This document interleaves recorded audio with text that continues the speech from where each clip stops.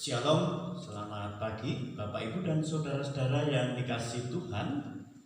Firman Tuhan kita renungkan dari kitab Yosua pasal 24 ayat 1 sampai dengan 28.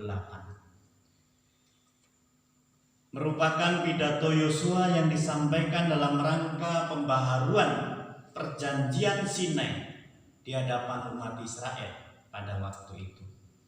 Perjanjian Sinai, Bapak Ibu dan saudara-saudara, perlu dipahami adalah satu perjanjian yang sudah pernah diucapkan oleh Musa di hadapan umat untuk mengikat perjanjian setianya, janji setianya kepada Tuhan Allah yang telah membawa mereka keluar dari tanah Mesir.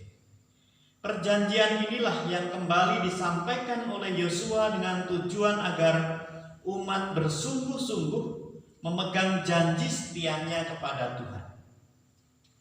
Mereka semua diingatkan pada penyertaan, pada pertolongan, pada berkat-berkat Tuhan yang sudah dialami oleh nenek moyang mereka semenjak Abraham, Ishak, dan Yakub sampai kepada Musa, bahkan pada saat mereka sampai di tanah perjanjian. Pada saat itu mereka menduduki negeri yang telah dijanjikan, dan itu semua tanpa susah payah. Bapak Ibu dan saudara-saudara yang terkasih dalam Tuhan Yesus Kristus, dengan pengalaman itulah Yosua meminta umat Israel untuk mengikrarkan janji kesetiaannya kepada Tuhan Allah.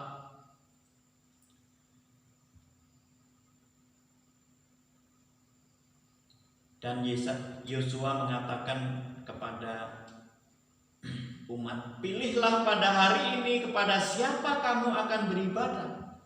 Allah yang kepadanya nenek moyangmu beribadah di seberang sungai Efrat, atau Allah orang Amori yang negerinya saat ini kamu diami. Tetapi aku dan seisi rumahku, kata Yosua, kami akan beribadah kepada Tuhan. Lalu bangsa itu menjawab, jauhlah daripada kami meninggalkan Tuhan untuk beribadah kepada Allah lain. Ayat yang ke-15 dan 16. Mereka, umat Tuhan, umat Israel, percaya bahwa Tuhanlah yang menuntun mereka dan nenek moyang mereka dari tanah Mesir, dari tempat perbudakan, dengan membuat tanda-tanda mujizat yang besar di depan mata mereka sendiri. Mereka sudah menyaksikan kekuasaan dan kebesaran Allah. Mereka juga percaya bahwa Tuhanlah yang telah memberikan mereka kemenangan bagi mereka, kemenangan dari bangsa-bangsa lain, termasuk negeri yang telah mereka diami tanpa bersusah payah saat itu. Namun Bapak Ibu dan saudara-saudara yang dikasihi Tuhan, Yosua menganggap bahwa tidak cukup hanya percaya atau mempercayai kasih setia Tuhan itu. Mereka juga harus setia dan berbakti kepada Allah yang kudus, sekaligus gentar karena Allah adalah Allah yang cemburu. Bapak Ibu dan saudara-saudara, di sini ada hal yang boleh dikatakan sebuah akibat atau ancaman ketika mereka tidak setia. Jika umat Israel berubah setia, Allah tidak akan mentolerir kesalahan dan dosa-dosa mereka. Apabila mereka mengingkarinya, maka Allah akan berbalik daripada mereka dan melakukan yang tidak baik, bahkan membinasakan mereka.